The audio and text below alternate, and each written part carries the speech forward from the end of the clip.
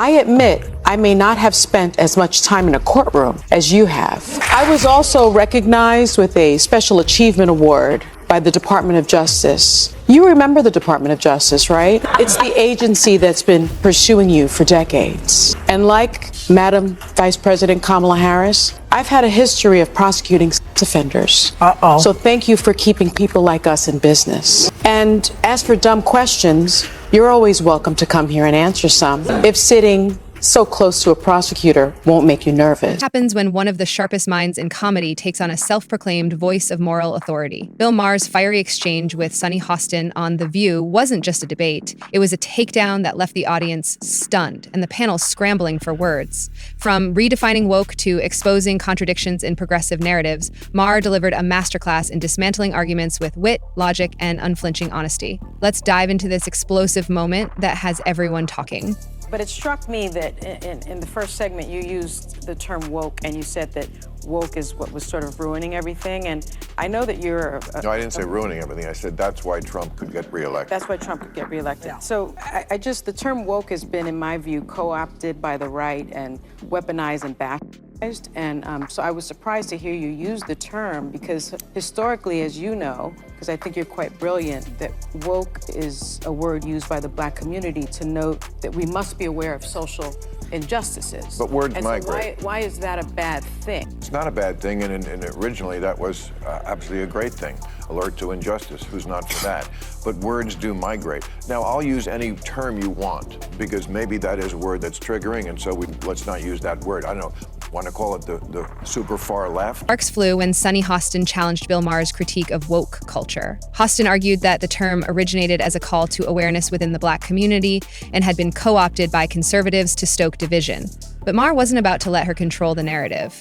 With his trademark calmness, he explained how words evolve over time and pointed out that woke has morphed into a symbol of ideological extremism. It's not about the original meaning, Maher said. It's about what it represents now: cancel culture, conformity, and silencing dissent. The audience erupted in applause as Maher shifted the focus from semantics to the broader implications of modern progressivism. Hostin tried to push back, but Maher's clarity left no room for debate. But don't tell me that the left hasn't changed. I mean, I'm old enough to remember when it was the conservatives who hated the Jews. Yeah. Okay. That was a joke. Too dark, too dark.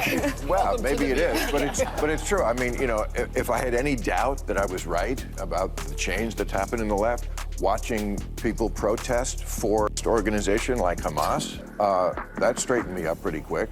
Well, I mean, it's just astounding to me that they can't tell the good guys from the bad guys. I mean, just morally. I mean, let me tell you, if you're for Hamas, just live in Gaza for a day. And I'm not talking about while the war is on. I mean, before the war. Trust me, you would go running and screaming and begging to live in Tel Aviv, a place that has your values. Hostin attempted to corner Maher by suggesting his critiques gave ammunition to conservatives. But Maher didn't flinch. Instead, he flipped the script with humor and logic. "Sunny," he said with a smirk, "the problem isn't the word, it's what it's been turned into." He pointed out how woke culture has alienated even traditional liberals like himself by prioritizing outrage over dialogue. The left used to stand for free speech and open debate, he added. Now it's about shutting people down for saying the wrong thing. The audience's applause grew louder as Maher exposed the contradictions in Hostin's defense of woke ideology. I mean, women have this is a show watched by a lot of women. Women have no rights in this place, and a lot of majority Muslim countries around the world. I mean, there is no equal rights as far as speech, dress, opportunities for education, reproductive rights, freedom from violence, freedom from harassment. The LGBTQ community. Yes. You that too. But you throw around the term apartheid. There is a gender apartheid in a lot of the world, where women are second-class citizens, at best. Debate took a sharp turn when Maher addressed woke activists' support for Hamas during the Israel-Hamas conflict. He criticized those who championed Hamas while ignoring its oppressive policies toward women and minorities. If you're for Hamas, Maher said bluntly, try living in Gaza for a day, even before the war. He highlighted how many woke activists fail to recognize basic human rights violations in regions they claim to support. The panel was left speechless as Maher exposed the hypocrisy of defending groups that openly oppose progressive values. We're all concerned about the innocent civilians that have been collectively punished and murdered. largely children and women? And are you at all concerned about the fact that the International Criminal Court just today issued a subpoena for Bibi Netanyahu? Well, that's ridiculous, but because it's a they were and they're defending themselves. Now, this is do you think Hamas needs to be... Using her points for crumbling, Hostin attempted to shift the focus to civilian casualties in Gaza and legal actions against Israeli Prime Minister Netanyahu, but Maher wasn't having it. He dismissed her pivot as an attempt to distract from Hamas's stated goal of genocide against Jews. This is war, he said, flatly, and Hamas openly says they want to wipe out Israel. His unapologetic stance left little room for rebuttal, forcing Hostin to retreat into vague moral arguments. This is the question. Yes. You do. Yes. So how can we do that with a ceasefire? All right. So Hamas needs to be because they are this organization who say openly that they want to commit genocide on the Jewish people, on the state of Israel. That's what from the river to the sea means, okay? And they say it very openly. They said, we did this, they've hit Israel 5 times. They've started 5 since they were given that land back. They could have chosen to turn that place into any place they wanted to, and they took a lot of money that they took from the international community and they spent it on bombs and building tunnels. Discussion then turned to media narratives, with Whoopi Goldberg asking if news outlets skew stories to fit their agendas. Maher didn't hold back. It's always narrative over truth, he said. He criticized both sides for cherry-picking facts, but reserved special ire for progressive media outlets that prioritize outrage over accuracy. His remarks resonated with viewers who feel increasingly disillusioned by biased reporting. So if they need to be how do we do that? I don't know how to do that, and you don't know how to do that. I assume the Israeli, of course everybody is, but that's what happens here's a way to stop that. Stop it, Israel. Through Bill Maher fashion, he didn't limit his critiques to woke culture. He also took aim at President Biden. Comparing Biden's public image to Trump's, Maher said, Biden just presents as old. I'm sorry, he looks cadaver-like. The audience burst into laughter as he highlighted how perception often outweighs policy in politics. While acknowledging Biden's accomplishments, Maher argued that his age and demeanor could cost Democrats crucial votes.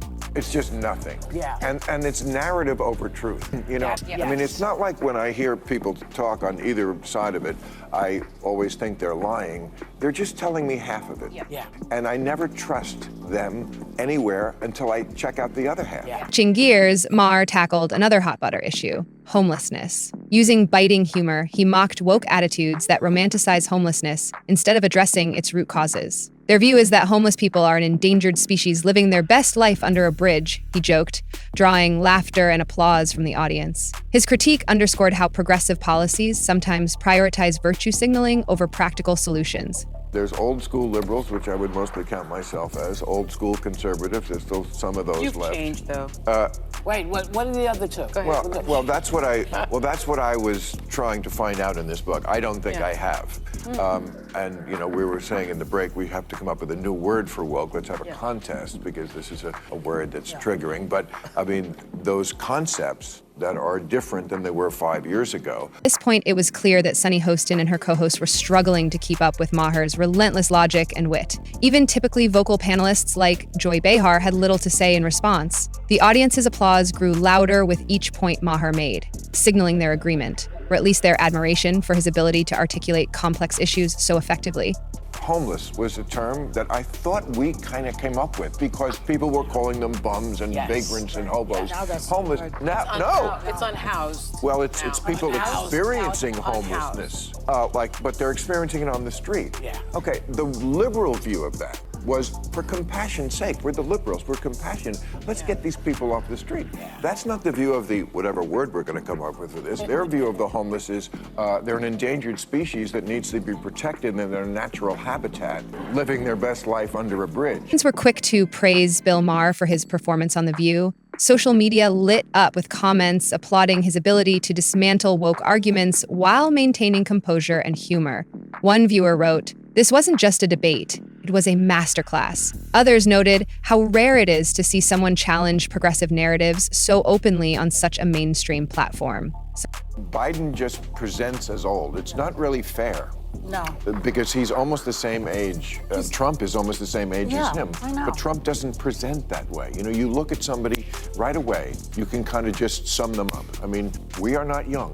but we don't present as old. Biden does. I saw him yesterday making that speech. I mean, I'm sorry, he's cadaver-like. Appearance on The View has sparked broader conversations about whether woke culture is losing its grip on public discourse. As more prominent figures like Maher openly criticize its contradictions, some argue that we're witnessing the beginning of its decline. Others believe woke culture will adapt and evolve rather than disappear entirely. Regardless of where you stand, one thing is clear: this debate isn't going away anytime soon. Bill Maher's clash with Sunny Hostin wasn't just another TV debate. It was a moment that captured the growing divide within progressive politics. By challenging woke narratives head-on, Maher reminded viewers of the importance of critical thinking and open dialogue in an increasingly polarized world. Whether you agree with him or not, his appearance on The View will be remembered as a turning point in the ongoing conversation about free speech, media bias, and political correctness.